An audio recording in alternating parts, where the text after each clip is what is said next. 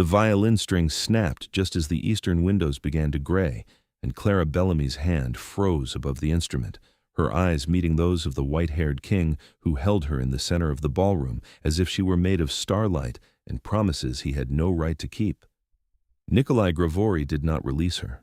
His pale fingers, colder than marble and steadier than any human hand could be, tightened fractionally at her waist as the orchestra faltered around them, musicians glancing nervously toward the tall arched windows where night's absolute blackness had begun to thin into something far more dangerous.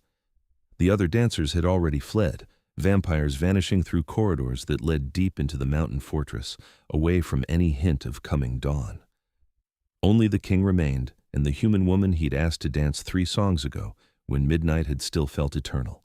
"You need to go," Clara whispered, her pulse visible at her throat, a delicate flutter that drew his gaze like a moth to flame. She had been hired to play, not to dance, certainly not to stand in the arms of the most powerful vampire in the Northern Territories while the sky prepared to kill him. Yet here they stood, and he was looking at her as though sunrise were a myth and consequence, a word that belonged to lesser beings. "One more song," Nikolai said, his voice carrying the faint accent of centuries, smooth as aged wine and just as intoxicating. He gestured to the orchestra with the smallest movement of his head, a king's command reduced to nothing more than a glance. The musicians, human and vampire both, exchanged looks of pure terror, but the cellist drew his bow across the strings and the music began again, slower this time, achingly beautiful. Clara should have pulled away, should have reminded him that she was nobody, a violinist hired from the city conservatory to add authenticity to the midwinter ball, one of dozens of human musicians brought in to play for creatures who remembered Mozart personally and found modern composers tedious. She had been told the rules very clearly: perform until 2 hours before dawn, then leave through the servants' passages, accept her generous payment, and never speak of what she'd seen in the court of the Mountain King. Instead, she let him guide her into the waltz, their bodies moving together with the kind of synchronicity that should have required weeks of practice, not the strange alchemy of a single night. His hand at her waist was a brand of ice that somehow warmed her, and she could feel the supernatural strength in him held ruthlessly in check, all that lethal power leashed so he could hold a fragile human woman without breaking her. "Why?" she asked. Because the sky was definitely lighter now, the pure black fading to a charcoal gray that made every vampire servant still visible in the hall flinch and scatter toward the interior doors. "Why are you doing this?" Nikolai looked down at her, his eyes the color of winter storms, pale gray and utterly inhuman. His hair fell to his shoulders in a cascade of white that caught the candlelight like frost, and his face could have been carved by a master sculptor obsessed with depicting cold perfection. He wore black, as did all his court velvet and silk that whispered of wealth so old it had forgotten how to be vulgar. A silver chain around his throat held a pendant she recognized from the history books, the seal of his house, a crown wrapped in thorns, symbol of a bloodline that had ruled these mountains since before her country had a name. "Because," he said quietly, and nothing more, as if that single word were explanation enough. The waltz turned them past the windows, and Clara caught a glimpse of the sky beyond the peaks, saw the black bleeding into gray bleeding into something that might, in another 10 minutes, become a suggestion of blue. Her heart hammered against her ribs and she stumbled. Nikolai caught her effortlessly, his movements too fast to follow, and suddenly they were still again, her body pressed against his face too close to hers. "I can't watch you burn," she said, and was horrified to hear her voice crack. She had known him for 6 hours, had spoken to him for perhaps 30 minutes total before he'd crossed the ballroom floor, ignored every vampire noble who'd clearly been angling for his attention, and held out his hand to the human violinist sitting with the orchestra. This was insane. This was a fairy tale written by someone with a taste for tragedy. "You won't," Nikolai assured her, but he didn't move toward the doors, didn't release her. Instead, he lifted one hand to her face, his fingers tracing the line of her jaw with a gentleness that made her breath catch. His skin was cool but not unpleasant, like stepping into shade on a summer day. "Dance with me, Clara Bellamy. Let me have this." So she did, because somewhere in the course of the night she had lost her mind entirely, and because the way he said her name made it sound like something precious, a secret word in a language only he spoke. The orchestra played on, the music swelling and falling like waves, and the king of the vampires danced with a human woman while dawn crept closer with murderous intent. When the song finally ended, the sky had turned the gray of stone, and the eastern horizon held a suggestion of gold that made Clara's stomach clench with terror. Nikolai released her at last, stepped back, and bowed with the kind of formal grace that belonged to older centuries. Then he turned and walked toward the western corridor, his movements unhurried, utterly calm, as though he had all the time in the world rather than minutes at best. Clara stood in the center of the empty ballroom, her heart still racing, and watched him disappear into the shadows. Around her, servants were already moving, drawing heavy curtains across the windows, snuffing candles, erasing all evidence of the night's revelry. One of them, an older vampire woman with kind eyes, touched Clara's shoulder. "Come," she said gently. "I'll take you to the payment office and then to the exit. You did beautifully tonight." Clara let herself be led away through corridors carved from living rock, past tapestries that depicted battles fought when Rome still ruled, down stairs that spiraled deep into the mountain's heart. The payment was exactly what had been promised, handed over in crisp bills that smelled faintly of lavender. The exit was a tunnel that emerged a mile from the fortress, hidden behind a waterfall, spelled to prevent humans from finding it unless escorted. She emerged into full morning, the sun bright and warm on her face, and felt the absence of cold fingers at her waist like a physical ache. 3 nights later, a letter arrived at her apartment, delivered by a pale young man who vanished before she could ask questions. The paper was heavy, cream-colored, watermarked with that same thorned crown. The handwriting was elegant, each letter precisely formed. "Miss Bellamy, the midwinter ball occurs monthly during winter season. I would be honored if you would consent to play violin at the next gathering, 3 weeks hence. Your services would again be generously compensated. A car will collect you at sunset if you agree." Respectfully, N. Grigori Clara read the letter 17 times, searching for hidden meaning in the formal words, finding nothing but a simple invitation to work. Except she remembered the way he'd held her, the way he'd risked burning just to dance one more song, and she knew this was anything but simple. She wrote back that same evening, her response just as carefully worded, accepting the commission. The letter was collected the next morning by the same pale young man who nodded politely and disappeared before she could overthink what she was doing. The 3 weeks passed with agonizing slowness. Clara tried to focus on her regular work, teaching violin to bored teenagers and playing in the city orchestra's second chair, but her mind kept drifting to a ballroom carved from stone and a king who had looked at her like she mattered. She told herself she was being ridiculous, spinning fantasies from a single dance, but her dreams were full of winter-gray eyes and the touch of cool hands.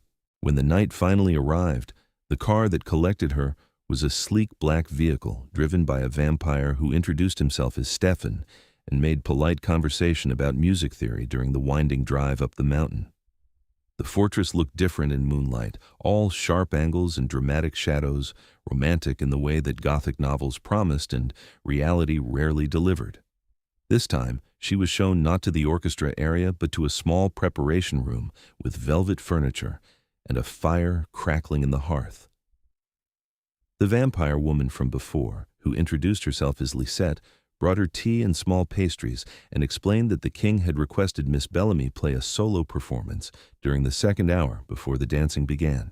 "He has excellent taste," Lisette said with a small smile that suggested she knew exactly what had happened at the last ball, both in music and in company.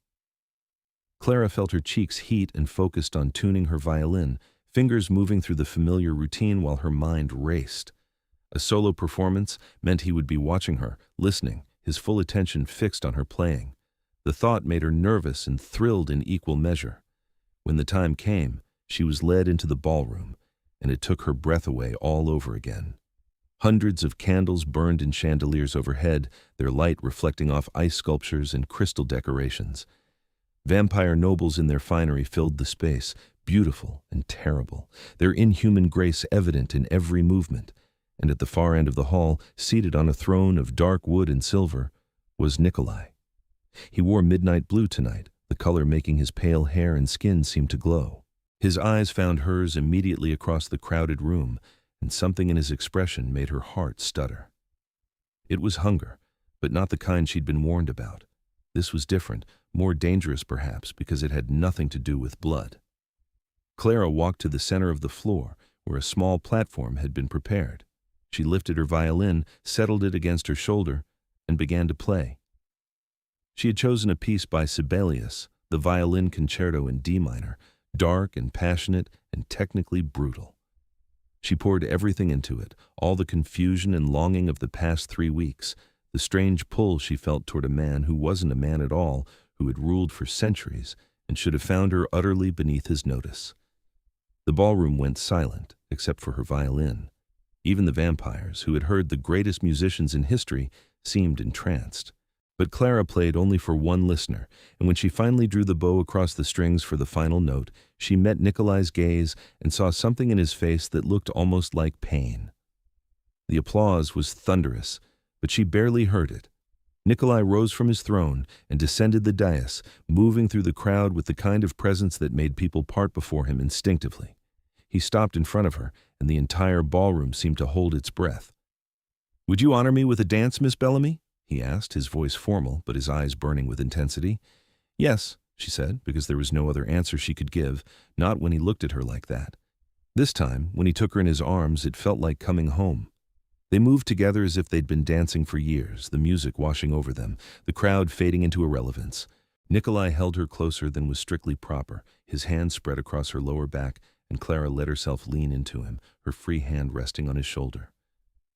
"I have thought of little else," he said quietly, his mouth close to her ear, "than those moments before dawn. I have been king for 400 years, Clara Bellamy, and I have never once risked the sun for anything or anyone. Yet I would have stayed in that ballroom until the fire took me if it meant one more moment holding you." Clara's breath caught. "That's insane," she whispered. "Yes," he agreed, "completely, and yet I find I do not care." They danced through 3 songs, and then Nikolai led her from the ballroom, ignoring the curious stares of his court. They walked through corridors lit by oil lamps that cast dancing shadows, past rooms filled with treasures from a dozen different eras, until they reached a door she hadn't seen before. He opened it to reveal a library that made her gasp. Books lined the walls from floor to ceiling, ancient and modern mixed together, leather bindings and cloth covers in every color imaginable. A fire burned in a massive hearth, and comfortable chairs were scattered around the room, along with low tables holding more books, papers, what looked like maps. Windows showed the night sky, stars brilliant against the darkness. "I wanted to speak with you," Nikolai said, gesturing to the chairs near the fire. "Away from the court. They are curious, and I would spare you their scrutiny for as long as possible." Clara sat, feeling the soft leather give beneath her, and watched as the vampire king took the chair across from her. He looked less formal here, some of the regal mask slipping to reveal genuine uncertainty beneath. It was strange and wonderful to see him anything less than perfectly controlled. "I should not have written to you," he said after a moment. "It was selfish. You have your life in the city, your music, your world. I have no right to pull you into mine, to expose you to the dangers of my court, to risk your safety for my own desires." He said the last word carefully, as if testing its weight. "And yet you did write," Clara said gently. "And I came. Perhaps I'm equally selfish." Nikolai looked at her, really looked, and she felt stripped bare under that gaze, as if he could see through to the core of her. "What do you want from this?" he asked. "From me? I need to understand, because what I want is—" He paused, seemed to struggle with the words. "More than I should ask, more than is wise." Clara took a breath, let it out slowly. "I don't know," she admitted. "I only know that I haven't stopped thinking about you either, that when I play violin now I imagine you listening, that I dream about dancing until dawn, which is apparently a death wish when your partner bursts into flame in sunlight." She meant it as a joke, but it came out serious, worried. "I would not let it come to that," Nikolai said. "I am old, Clara, and powerful. I know my limits precisely.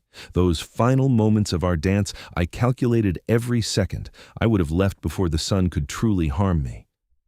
You said you would have burned for one more moment with me. I would have. I did not say it would have killed me. Burning and dying are not always the same thing, though both are unpleasant. He said it so matter-of-factly that Clara almost laughed, except there was nothing funny about the image of him in pain. I don't want you to burn at all, she said firmly. Not for me, not for a dance, not for anything. Something shifted in his expression, softened.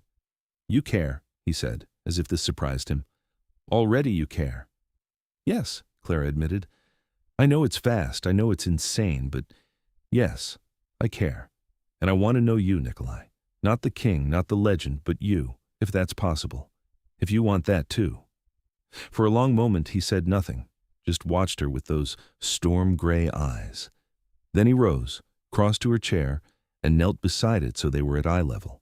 His hand came up to cup her face, and the coolness of his skin against her cheek made her shiver. I have wanted nothing else since the moment you played your first note, he said, and it terrifies me, because in 400 years I have learned to want nothing.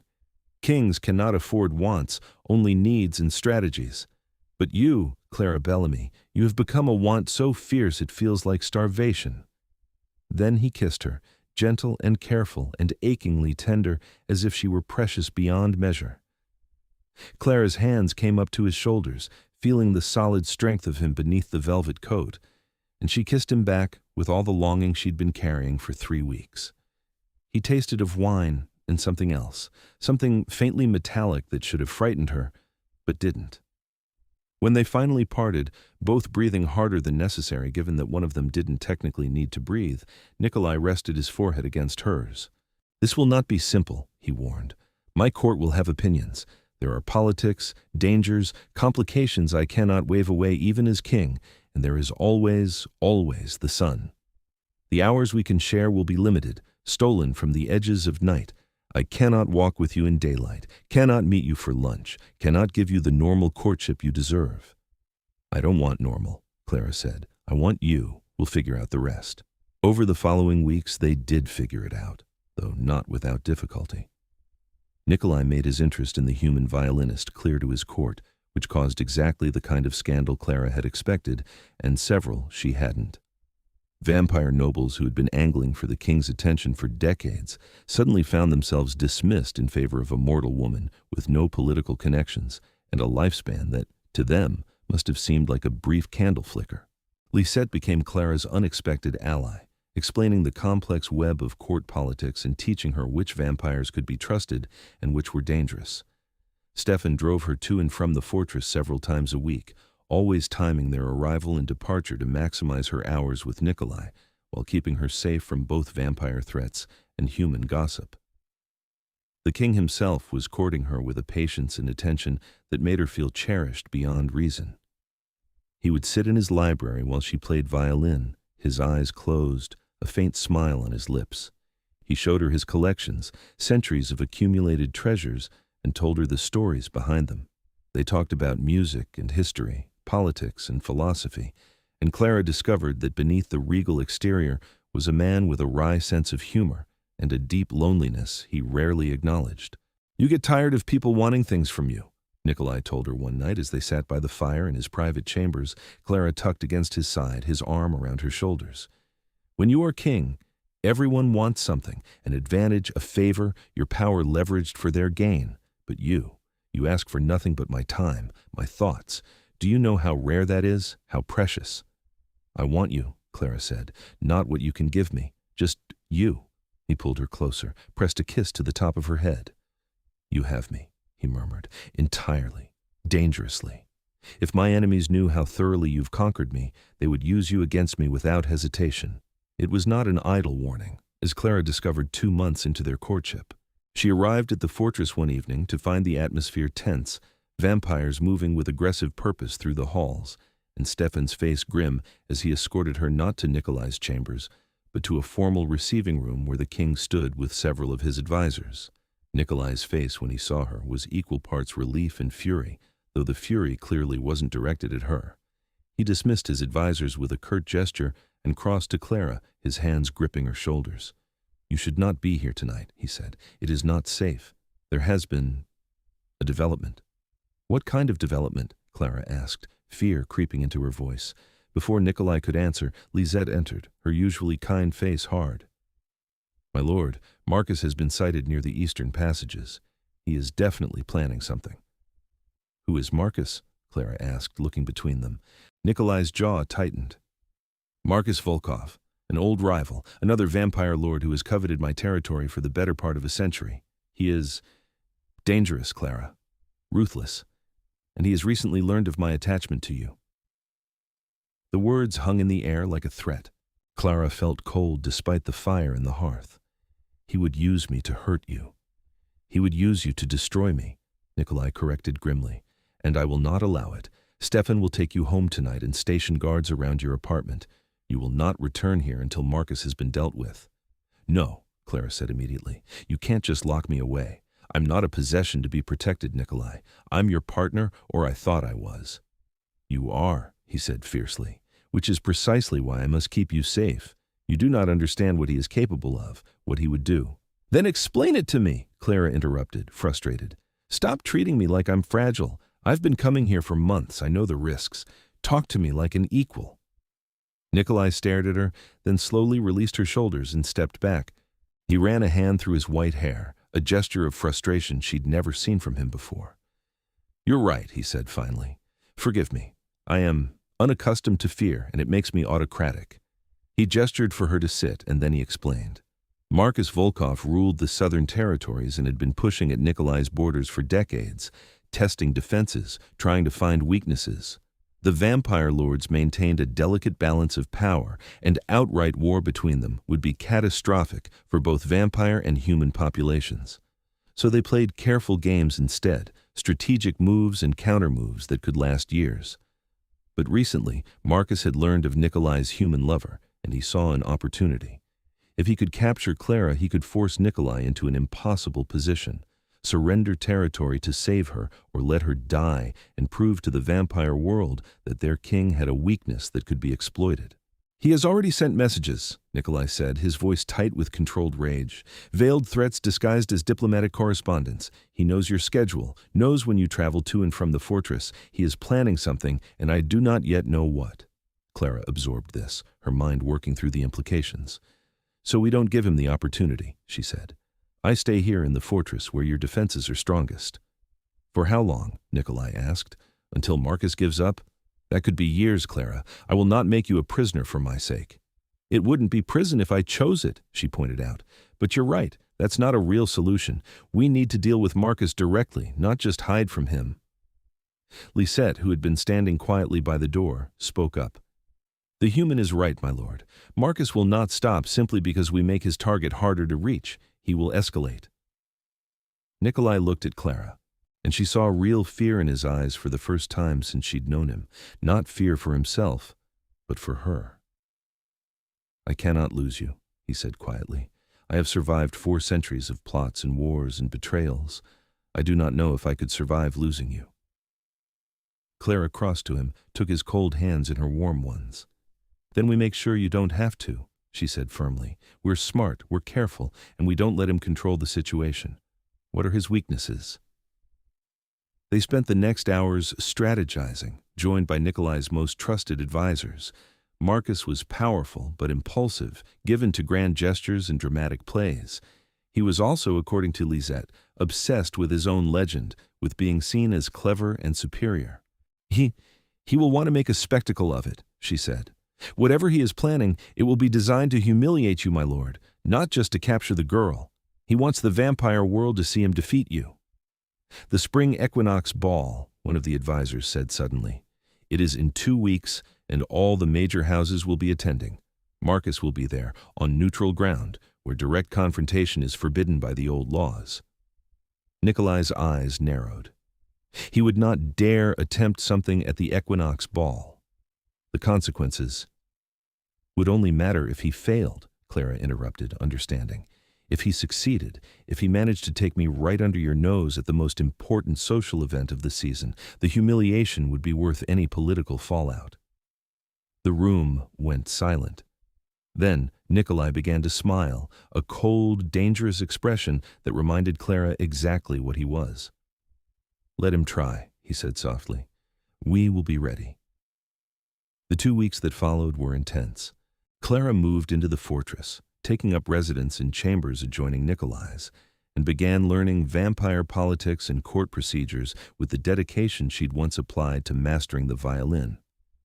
She also began learning the fortress itself, the winding corridors and hidden passages, the rooms that saw sunlight and those that stayed dark even at noon.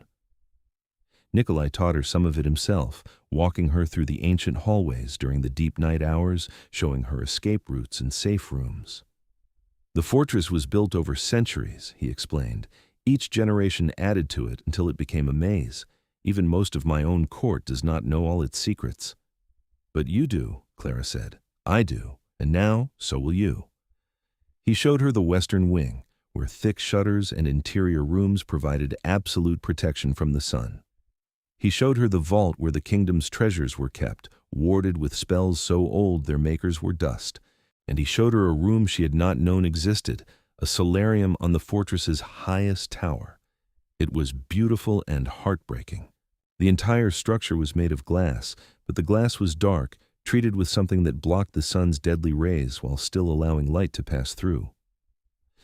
I had it built a century ago, Nikolai said, his voice carrying a note of old grief. I thought perhaps I might use it to watch a sunrise again, safely, but I found I had no desire to see the sun if it meant being caged behind dark glass. Clara walked to the windows, looked out at the night-shrouded mountains. It's incredible, she said, sad but incredible. I have not been up here in 70 years, Nikolai admitted, until tonight. I wanted you to see it, to know that it exists, because if anything happens during the ball, if Marcus somehow manages to outmaneuver us, I want you to know that there are places in this fortress where you can go, where even in daylight you would be safe. Clara turned to him, saw the tension in his shoulders, the way his hands were clenched at his sides. She crossed to him and wrapped her arms around his waist, felt him slowly relax into the embrace. Nothing is going to happen, she said. We have a plan. We're ready. Plans fail, Nikolai said into her hair. I have lived long enough to know that certainty is a luxury and control an illusion. But I swear to you, Clara, I will not let him take you, whatever it costs me. The night of the spring equinox ball arrived with perfect weather, clear skies, and a bright moon that made the neutral ground, an ancient estate owned by no single house but maintained by all of them, look almost magical.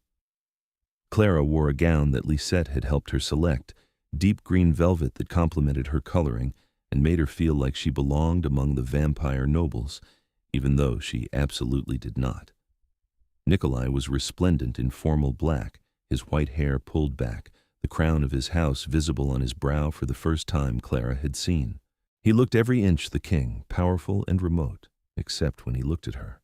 Then his eyes softened, and he became just the man who had risked burning to dance with her until dawn. Stay close to me, he murmured as they entered the ballroom, his hand at the small of her back. Do not accept drinks from anyone but Lisette or Stefan. Do not leave the main hall without telling me. And if anything at all feels wrong, you find me immediately. I know the plan, Clara assured him. I'll be careful. The ball was extraordinary, even more elaborate than the ones at Nikolai's fortress. Hundreds of vampires in their finest, music played by an orchestra that included instruments Clara couldn't name, food and wine that smelled divine even if most of the guests wouldn't touch it. She spotted Marcus Volkov almost immediately, a tall vampire with black hair and sharp features holding court near the eastern windows. He saw her looking and raised his glass in a mocking salute. Arrogant bastard, Nikolai muttered, his hand tightening on her waist. He wants me to know he has a plan. Good, Clara said. Let him be overconfident. That's what we're counting on. They danced, because that was expected, and because neither of them could resist. The music was beautiful, a waltz that reminded Clara of their first dance, and for a few minutes she let herself forget the danger, forget Marcus, forget everything but the feel of Nikolai's arms around her and the way they moved together as if they shared a single heartbeat.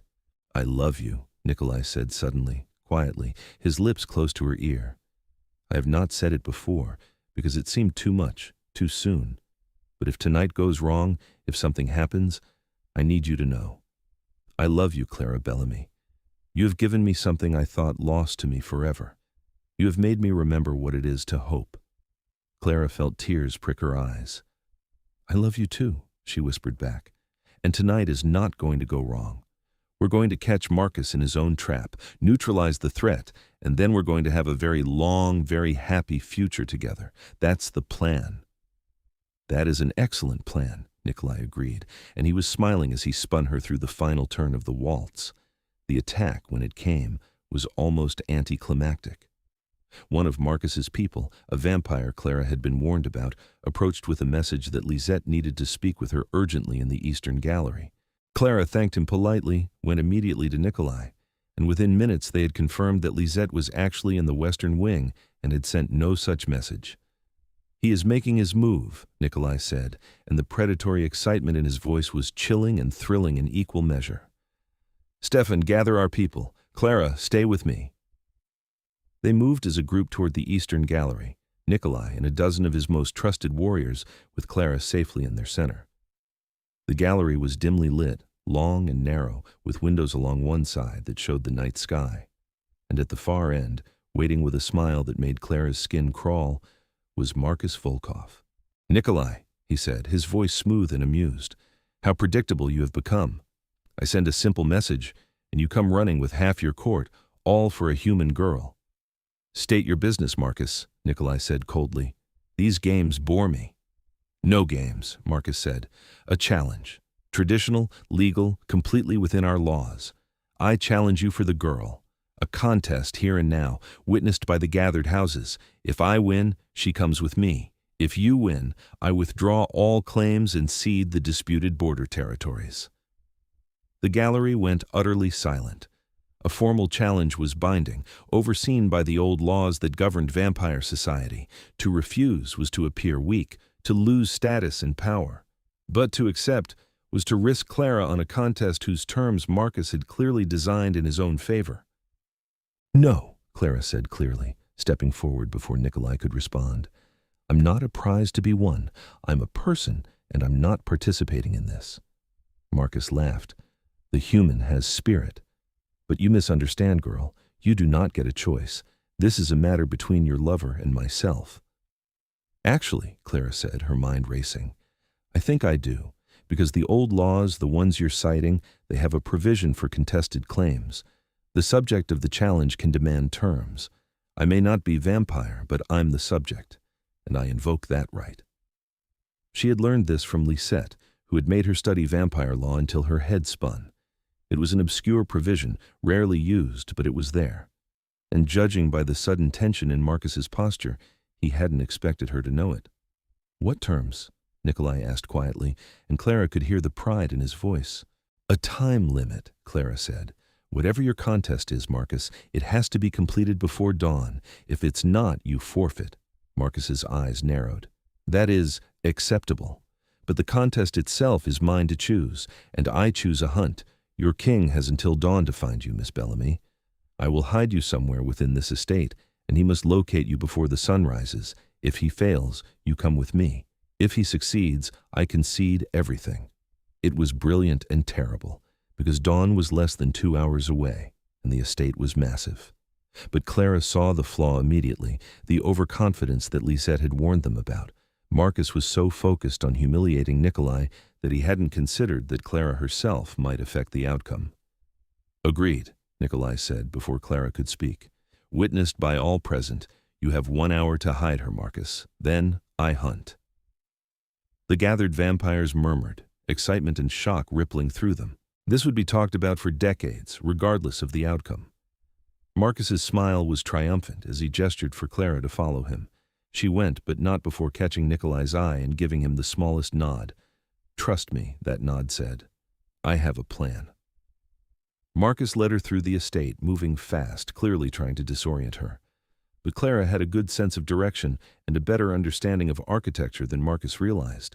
She tracked their path, noted the landmarks, and when he finally pushed her into a small, windowless room in the basement and locked the door, she waited exactly 30 seconds before beginning her own plan. The room was meant to be a prison, but it was old, and old buildings had secrets. Clara felt along the walls, found the seam she was looking for, and pressed until the panel gave way. A servant's passage, narrow and dark, exactly the kind of hidden route that estates like this were riddled with. She navigated by touch and memory, working her way through the passages, always moving up, always heading toward the parts of the estate she'd seen when they arrived. The hour Marcus had taken to hide her was almost up, which meant Nikolai would be starting his hunt. She needed to be somewhere he would think to look, somewhere that made strategic sense. The solarium. Every great estate had one, and this one would be on the upper floors, designed to catch maximum sunlight. And if Clara's understanding of Marcus's plan was correct, he was counting on Nikolai failing to find her before dawn, which meant he'd hidden her somewhere Nikolai would avoid as the sun approached. The basement made sense, but it also made sense for Clara to go to the one place that would become deadly as soon as the sun rose. She emerged from the passages on the third floor and made her way to the eastern wing, where glass ceilings and large windows suggested the solarium's location. She found it after 10 minutes of searching, a beautiful domed room full of exotic plants and delicate furniture. And as she'd hoped, it had multiple entrances, heavy curtains that could be drawn to block the sun, and a clear view of the eastern horizon, where the sky was just beginning to lighten from black to gray. Clara positioned herself where she could see both the main entrance and the windows, and she waited. Her heart pounded, and she prayed she'd guessed right, that Nikolai would think to look here, that he would find her before the sun became a real threat. The door opened, and Nikolai stepped through, his eyes finding her immediately. The relief on his face was palpable, but it shifted to alarm as he glanced at the windows, at the lightening sky. "Clara, what are you doing here? We need to get to shelter." "No," Clara said, crossing to him. "This is the trap. Marcus is counting on you failing to find me, but he's also counting on the sun driving you away before you can search thoroughly. We stay here, we wait until we're absolutely certain it's safe, and then we leave together. That's how we beat him." Nikolai stared at her, and then he began to laugh, a genuine sound of delight and admiration. "You are extraordinary," he said. "Absolutely extraordinary. You saw through his entire plan." "I had a good teacher," Clara said, smiling. "Several, actually. Now come on, we need to close those curtains before the sun gets too bright." They worked together, pulling the heavy drapes across the glass, blocking out the growing light. By the time they finished, the sky outside was definitely lighter, the gray giving way to hints of pale blue. Nikolai stood by the window, his hand on the curtain, and Clara saw him tense. "How long until you have to leave?" she asked quietly. "Minutes," he admitted. "The sun is not yet risen, but it is close. I can feel it." "Then go," Clara said. "Get to safety. I'll find Stefan, tell him we won, that Marcus has to concede." "No," Nikolai said, and there was something in his voice that made her stop. He turned to face her, and his expression was intense, vulnerable in a way she'd rarely seen. "I've spent 200 years avoiding the dawn, Clara. I have planned my entire existence around never seeing the sun, never risking its fire. But standing here with you, knowing we have defeated Marcus, knowing you are safe, I find I do not want to run, not yet." "Nikolai," Clara said, fear creeping into her voice, "you can't. The sun will kill you." "Not immediately," he said, "and not here, not in this room. Look." He gestured to the windows where the curtains blocked the direct light, but allowed a soft glow to filter through. "This is a solarium, designed to let humans enjoy the sun safely. The glass is treated, diffused. It will not be pleasant for me, but it will not burn me, not right away. We have time. A little time." Clara understood what he was asking, what he wanted, and her heart clenched. "You want to watch the sunrise," she whispered. "With me." "I want to be with you as the world lightens," Nikolai corrected. "I want to stand here, holding you, and not run from the dawn for once in my very long life, if you will allow it." There was real question in his voice, real uncertainty, and Clara realized he thought she might refuse, might think him foolish for wanting this. But she understood. This was his way of saying he chose her, chose their future, over the fear that had governed him for centuries. "Yes," she said, crossing to him and taking his hand. "But the moment it becomes too much, the moment you're in real danger, we leave. Promise me." "I promise," Nikolai said, and he pulled her close, his arms wrapping around her from behind, so they both faced the curtained windows. "We will watch the light grow, and then we will go down together, and we will watch Marcus concede defeat, and then we will plan a future that includes more than stolen hours and hidden meetings. They stood like that as the light beyond the curtains grew brighter, shifting from gray to blue to gold. Clara could feel Nikolai tense behind her, could sense his discomfort, even though he made no sound. But he did not let go, did not move away, and when the first true rays of sunlight began to filter through the diffused glass, making the room glow with soft golden light, he was still there, still holding her. It is beautiful, he said quietly, wonderingly. I'd forgotten how beautiful it could be. Clara leaned back against him, felt the solidness of him despite the coolness of his skin, and watched the sun rise through the protective glass. It was the most romantic and terrifying thing she had ever experienced, standing here with the vampire king who loved her enough to face the thing that could destroy him, just to share this moment with her. Enough, she said finally, when she felt him start to shake, his body rejecting the light even in its diffused form. That's enough, Nikolai. Let's go. He didn't argue, and together they left the solarium, moving quickly through the now bright hallways toward the interior of the estate where shadows still ruled. They found Marcus in the main hall, surrounded by witnesses, his face a mask of barely controlled fury as he realized what had happened. She escaped, he said flatly, when Nikolai and Clara appeared together, clearly safe and clearly triumphant. The human escaped, which means you failed to hide her successfully, Nikolai interrupted smoothly. I found her, well before dawn as required. The challenge is complete, Marcus. You lost. Concede. The gathered vampires watched in breathless silence as Marcus visibly struggled with his rage and his pride, but the old laws were absolute, and he had agreed to the terms in front of witnesses. Finally, through gritted teeth, he spoke the formal words of concession, surrendering his claims in the disputed territories. Nikolai accepted with regal grace, and then he did something that shocked everyone in the hall. He pulled Clara close and kissed her, not a chaste political kiss, but a real one, full of passion and possession and love. It was a statement, a declaration to every vampire present that this human woman was his, that she had his protection and his heart, and that anyone who threatened her would face the full wrath of the Mountain King. When they finally parted, Clara was breathless and blushing, and the hall erupted in murmurs and whispers that would fuel court gossip for months. But she didn't care.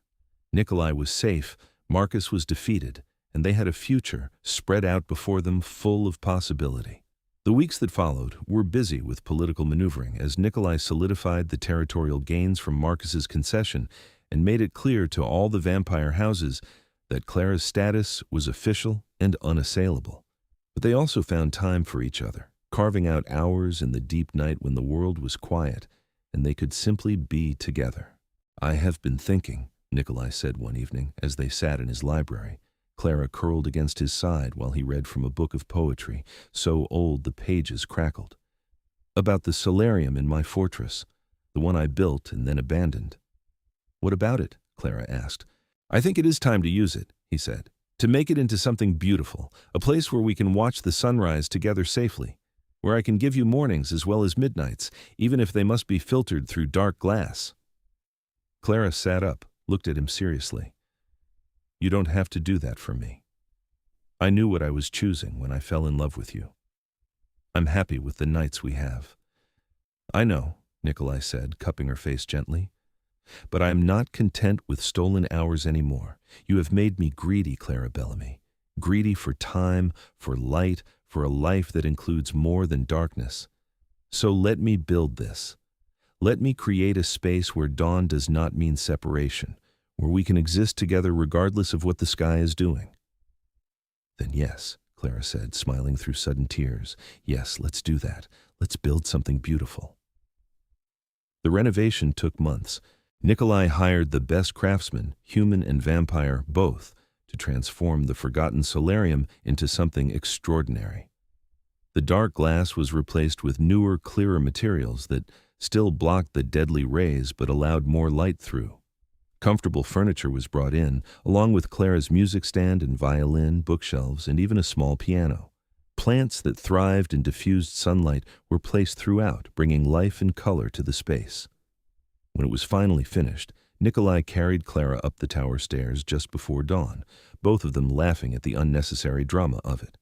He set her down in the center of the solarium and they watched together as the sky began to lighten beyond the protective glass.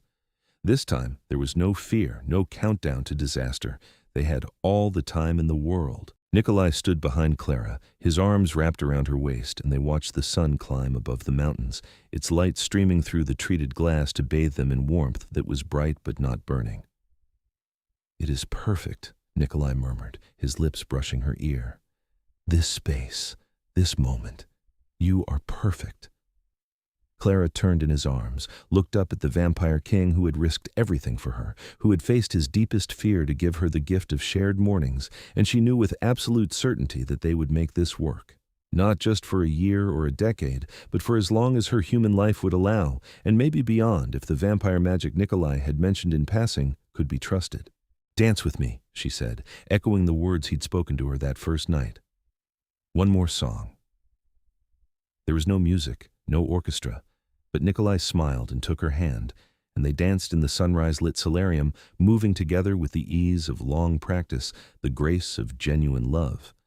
And when they finally stopped, when Nikolai kissed her with all the passion and tenderness he'd been holding back, Clara knew they had found something rare and precious. They had found a way to exist between two worlds, to bridge the gap between mortal and immortal, between darkness and light, and they had found it together, through trust and courage and a love strong enough to face any dawn. Years passed, measured in shared sunrises and stolen midnights, in music and laughter and the quiet contentment of two souls who had found their perfect match. Clara continued to play violin, performing sometimes for Nikolai's court but mostly for him, private concerts in their solarium where he could listen without the weight of kingship on his shoulders.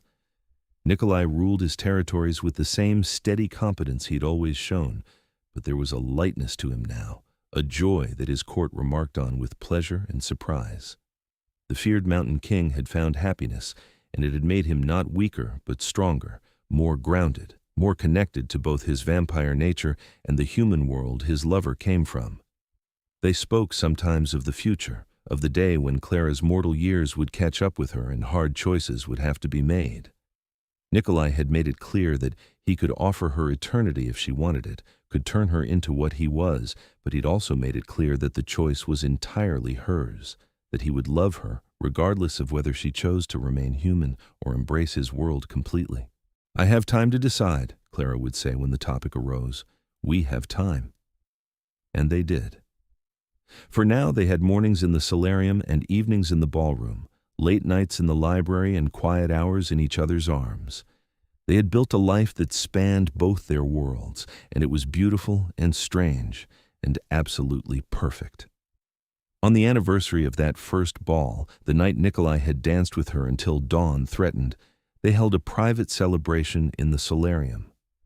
Just the two of them, a bottle of wine Clara could drink and Nikolai could pretend to enjoy, and the music from a recording of her playing the Sibelius concerto that had captured his attention that second ball. "Do you ever regret it?" Clara asked as they sat together watching the stars through the glass ceiling. "Choosing me, risking so much for a human woman who will always be a complication in your very long life?" Nikolai was quiet for a moment, and when he spoke, his voice was absolutely certain. "Never," he said. "Not for a single moment. You are the best thing that has happened to me in 400 years, Clara. You taught me that immortality without love is just existence, that power without connection is hollow. You gave me back my ability to hope, to dream, to want more than just the next century of careful political maneuvering. I would dance with you until dawn every day for the rest of eternity and count myself blessed." Clara felt tears slip down her cheeks, happy tears, overwhelmed tears. "I love you," she said, "so much it scares me sometimes." "I love you too," Nikolai replied, pulling her close. "My dawn-bringer, my light in the darkness, my one more song." They stayed like that until the first hints of sunrise began to paint the sky, and then they rose together and moved to the center of the solarium. Without a word, Nikolai held out his hand and Clara took it, and they danced as the sun climbed above the mountains, bathing them in warm, safe light. The music from the recording swelled around them, Clara's violin singing the passionate, complex notes of the concerto, and they moved together as if they were one being, one heart beating in two bodies. The sun rose higher, and the solarium filled with golden light, and still they danced, Nikolai no longer afraid of the dawn, Clara no longer uncertain about her place in his world. When the song finally ended, they stood together in the full light of morning, Nikolai's white hair and pale skin glowing in the filtered sunlight, Clara warm and alive in his arms. He leaned down and kissed her, gentle and deep, a kiss that promised tomorrow and next week and next year, and all the years after that. "Thank you," Clara whispered against his lips, "for risking the burn, for choosing me, for building this beautiful life with me." "Thank you," Nikolai replied, "for seeing past the monster to the man, for teaching me that some risks are worth taking, for loving me enough to stay." They stood together as the morning brightened around them, the vampire king and his human love in the solarium they had built together, a space that existed between their two worlds. And in that moment, wrapped in each other's arms with the safe sunrise washing over them, they were both exactly where they belonged. The future stretched out before them, uncertain in its details but absolutely certain in its foundation. They would face it together, navigating the complexities of Clara's mortality and Nikolai's eternity when the time came. They would deal with court politics and human prejudices, with the passage of time and the weight of responsibility. But they would do it together, in the hours between dusk and dawn, in the solarium where they could watch the sunrise safely, in the ballroom where they had first danced, in the library where they had first spoken of love. They would build a life from stolen moments and deliberate choices, from the courage to risk burning and the wisdom to create shelter. And they would dance, again and again, until dawn threatened and beyond, because some songs were worth holding on to, some loves were worth any price, and some futures were bright enough to illuminate even the deepest darkness. In the end, that was what mattered. Not the mechanics of how a vampire and a human made their relationship work, not the political ramifications or the gossip of the courts, but the simple, profound truth that they had found each other across impossible divides and chosen to stay. Nikolai had risked burning to hold Clara one more song, but what he'd gained was infinitely more precious than what he'd risked. He'd gained a partner, a love, a reason to face the dawn without fear. And Clara had gained the same, a love so fierce and true that it had rewritten the rules of what was possible. Together, in their solarium of safe sunlight and shared mornings, they had proven that some boundaries were meant to be crossed, that some loves were strong enough to bridge any gap, and that with courage and creativity and commitment, even a vampire king and a human violinist could find their happily ever after. The sunrise filled the solarium with warmth and light, and they stood together in its glow, no longer divided by darkness and day, but united in the space they had created, the life they had built, the love they had chosen. And it was, in every way that mattered, absolutely perfect.